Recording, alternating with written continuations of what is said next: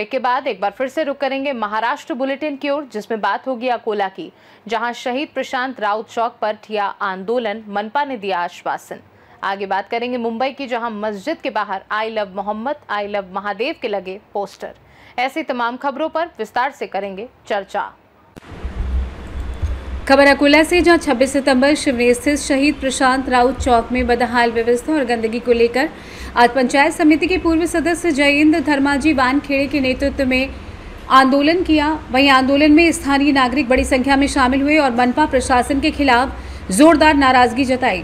सूचना मिलते ही MIDC थाने के थानेदार राहुल जानचल मौके पर पहुंचे और आंदोलनकारियों से चर्चा की। उन्होंने तत्काल नगर निगम प्रशासन से फोन पर संपर्क साधकर समस्याओं की जानकारी दी। इधर हमारे संवाददाता ने इस संबंध में मनपा सहायक आयुक्त से बातचीत की।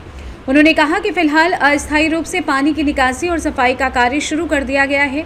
स्थायी समाधान के लिए प्रस्ताव विभाग को भेजा गया है। जल्द ही नाले का निर्माण कार्य पूरा किया जाएगा। हालांकि आंदोलनकारियों ने इस जवाब को आंशिक संतोषजनक बताया, लेकिन चेतावनी दी कि यदि काम में ढिलाई बरती गई तो आंदोलन और उग्र किया जाएगा। आपण आज प्रभाग क्रमांक 14 शिवनी इथे आलेलो आहोत। या ठिकाणी गेल्या अनेक दिवसापासून साफसफाई संदर्भात, नाली संदर्भात आणि जो काही साचलेला कचरा आहे, जी घाण आहे, त्या संदर्भात वारंवार या ठिकाणी तक्रारी करण्यात आल्या होत्या, निवेदन देण्यात आले होते, पण कुठल्याच प्रकारे प्रशासनाने दखल न घेतल्यामुळे या ठिकाणी माझे पंचायत समिती सदस्य यांनी हे आंदोलन केलेले आहे। त्या संदर्भात आपण त्यांच्याशी थेट बोलूया। काय तुमचे प्रश्न होते जयेंद्र भाऊ, की तुम्हाला ठिय्या आंदोलन करण्याच्या संदर्भात तुम्ही बसले? शिवनी येथील प्रशांतराव चौकात या ठिकाणी घाणीचं साम्राज्य निर्माण झालं आणि त्या माध्यमातून माननीय आयुक्त यांना निवेदन सादर केलं। 2-3 महिने कंटिन्यू मी त्याचा पाठपुरावा केला। मला कसल्याही प्रकारचं उत्तर मिळाल्यामुळे आज मी हे आंदोलन या ठिकाणी केलेलं आहे आणि याची दखल माननीय सहाय्यक आयुक्त निकाडे साहेब यांनी घेतली आणि प्रत्यक्ष भेट देऊन त्यांनी लेखी आश्वासन दिलं आणि तुमच्या समस्या मार्गी लावू असं त्यांनी आश्वासन दिलं। त्याबद्दल मी त्यांचे आभार व्यक्त करतो आणि मी सुद्धा त्यांना लेखी आश्वासन दिलं की मी माझं आंदोलन मागे घेतो। किती दिवसात त्यांनी म्हणजे सांगितलेला काही कालावधी दिला त्यांनी? हा, त्यांनी म्हटलं की आजच्या तारखेत तात्पुरत्या स्वरूपात नालीचं बांधकाम आम्ही करून देतो आणि पक्क्या नालीचा प्रस्ताव आम्ही पाठवलेला आहे। ज्यावेळेस तो मंजूर होऊन येईल त्यावेळेस त्या पक्क्या नालीचं बांधकाम आम्ही चालू करू। आज रोजी त्यांनी कच्च्या स्वरूपाचं, तात्पुरत्या स्वरूपाचं पाण्याची विल्हेवाट लावण्यासाठी सांगितलेलं आहे।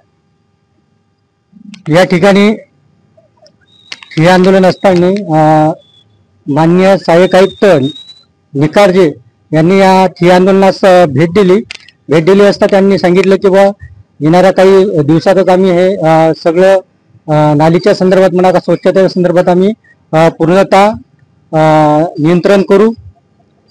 अकोला महाराष्ट्र से सी न्यूज संवाददाता प्रवीण बाहुरबाग की रिपोर्ट।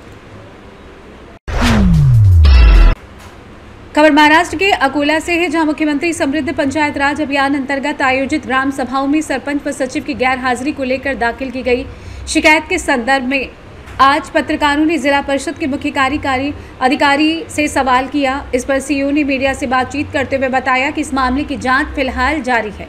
2 से 3 दिनों के भीतर संबंधित विषय पर स्पष्ट प्रतिक्रिया दी जाएगी। ज्ञातव्य हो कि ग्राम पंचायत कातखेड़ में आयोजित ग्राम सभा में सरपंच व सचिव गैर हाजिर रहे थे। इस संदर्भ में पत्रकार तथा सामाजिक कार्यकर्ता प्रवीण बाहुरबाग ने शासनादेश की अवहेलना का आरोप लगाते हुए लिखित शिकायत जिला परिषद सीईओ के पास दाखिल की थी। अब देखना यह होगा कि जांच पूरी होने के बाद जिला प्रशासन इस मामले में क्या कदम उठाता है। या ठिकाणी आलो जिल्हा परिषद अकोला या ठिकाणी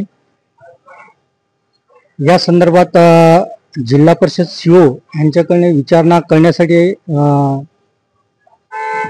बार्शी तालुका ग्राम कातखेड या ठिकाणी जे मुख्यमंत्री समृद्ध पंचायत राज या संदर्भात जी ग्रामसभा विशेष ग्रामसभा आयोजित केली होती त्या संदर्भात आपण सीईओ यांच्याकडे विचारणा करण्याकरिता आलो असता त्यांनी या संदर्भात त्यांना प्रश्न विचारला असता त्यांनी सांगितलं की ही सगळी चौकशी आम्ही करत आहोत.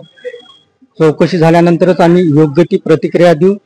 त्या संदर्भात आम्हाला त्या उत्तर त्यांनी दिले. कॅमेरामन अभिजित सोबत प्रवीण ओराक, सी न्यूज भारत.